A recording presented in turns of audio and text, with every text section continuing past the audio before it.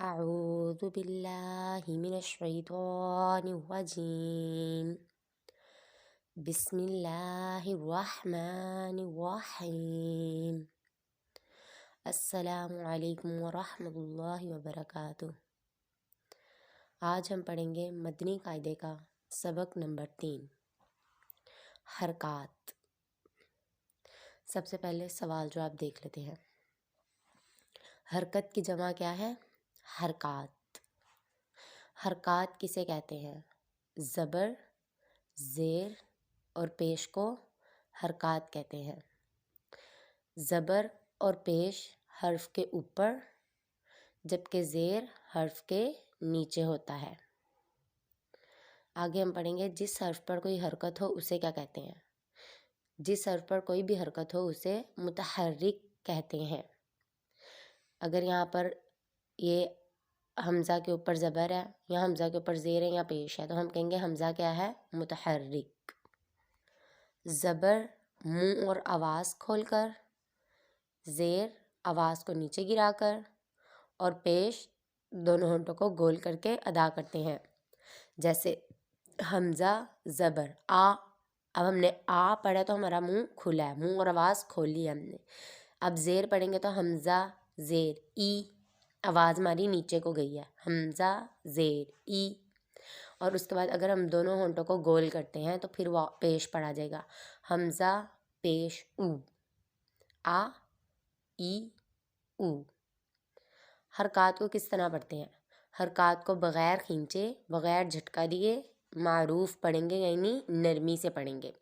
یعنی ان حروفوں کو اینڈ پہ کھینچنا بھی نہیں ہے، ان حروفوں کو اینڈ پہ لمبا بھی نہیں کرنا اور ان حروفوں کو جھٹکے بھی نہیں دینے، ان کو نرمی سے پڑھنا ہے۔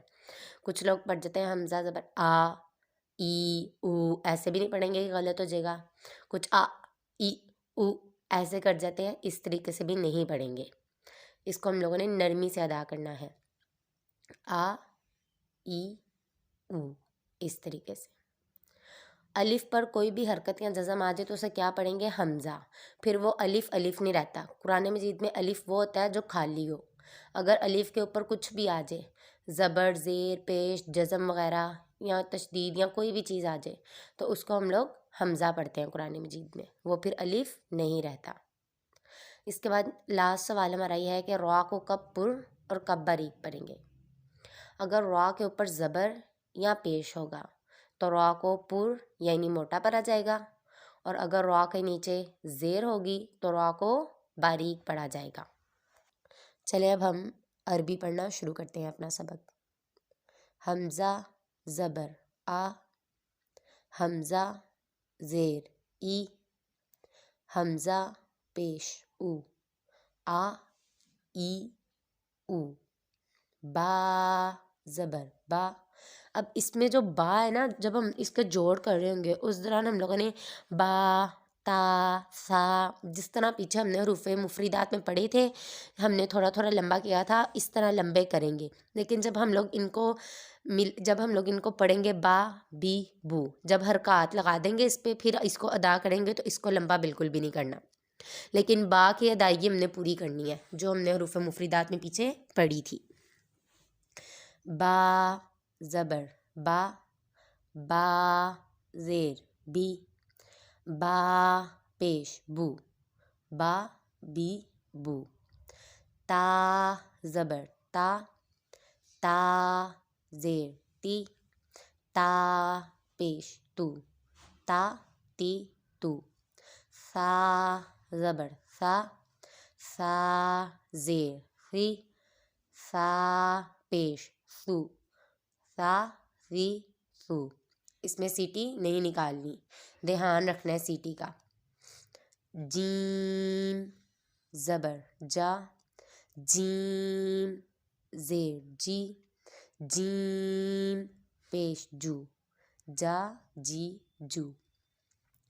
حا زبر حا، حا زیر حی، حا پیش حو، حا حی حو۔ اس میں ہا کی آواز کا دھیان رکھنا ہے، حلق کے درمیان والے حصے سے ادا ہوگا۔ خو زبر خو، خو زیر خی، خا پیش خو، خا خی خو. اس میں ہم لوگوں نے خا کو پر پڑھنا ہے. بلو کلر میں بھی دیا ہوا ہے، میں نے بتایا تھا کہ پورے پارے میں حروف مستعلیہ کو بلو کلر میں دیا ہوا ہے اور ان کو ہمیشہ موٹا پڑھیں گے، تو اس لیے اس کو موٹا ادا کریں گے.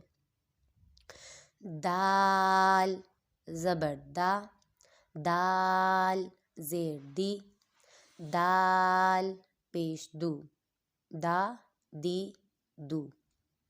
ذال زبر ذا، ذال زیر ذی، ذال پیش ذو، ذا ذی ذو.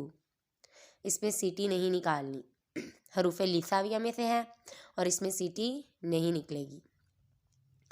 را زبر را، را زیر ری، را پیش رو، را ری رو. را کو پر پڑھیں گے، ری کو باریک پڑھیں گے اور رو کو پر پڑھیں گے. لیکن جب ہم اس کے جوڑ کریں گے نا را زیر ری، اس ٹائم را کو پر ہی پڑھنا ہے کیونکہ پیچھے اگر ہم لوگ دیکھیں نا حروف مفردات میں تو را الف زبر را بنتا ہے. اس لیے جب ہم لوگ اس کے جوڑ کر رہے ہوں گے تب تینوں را پر پڑھیں گے، لیکن جب اس کو زیر سے لگا کر پھر اس کے بعد ری پڑھیں گے تب اس کی آواز باریک نکلے گی. ایسے را زیر ری. زا زبر زا، زا زیر زی، زا پیش زو، زا زی زو. یہ زا ہے، اس کو ہم لوگوں نے سیٹی نکالنی ہے، حروف صافیریہ میں سے ہے اور اس کو تھوڑا سا سختی سے پڑھنا ہے. سین زبر سا، سین زیر سی، سین پیش سو، سا سی سو. یہ بھی حروف صافیریہ میں سے ہے اور اس کی بھی سیٹی کا خیال رکھنا ہے. آج کے لیے اتنا کافی ہے. جزاک اللہ خیرہ.